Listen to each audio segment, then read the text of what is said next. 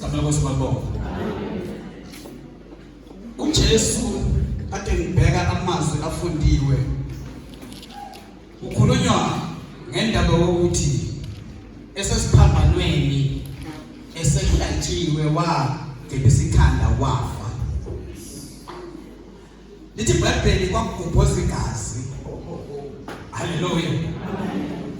And ofunda kahle nokade eshumayela la uthi igazi lakhe lawela emhlabathini. Hallelujah. Ithi indaba kade ikhulunywa la ekuseni noma kuvulwa kuthiwa igazi lomuntu lalingcolile. Kwadingeka igazi elicwebile.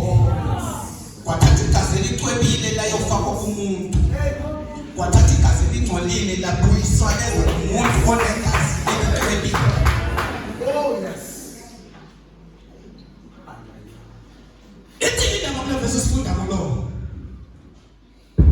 uJesu wahamba wakhuleka wathi Baba ezandleni zakho ngiyawubeka umoya wami. Ngamanye amazwi uJesu uma ekhuluma le ndaba wayekhuluma noNkulunkulu ehlezi ezulwini esihlalweni sobukhosi. Yes. Ngamanye amazwi uJesu wangena ezulwini lamazwi. Ngoba lithi iBhayibheli uJesu uNkulunkulu uhlale kwenesithathu. Walidlule lokuqala walidlule lesibili wathi kwenesithathu wathi mayengena wafika uNkulunkulu ehlezi esihlalweni wathi Baba into engilethe la ngilethe umoya wami ezandleni zakho.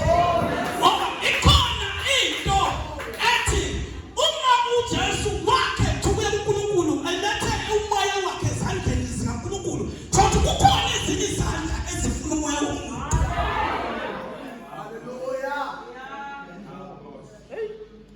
Jesus. Zikhona ezinye izandla ezifuna umoya womuntu. Othi uma uhamba zikhongozele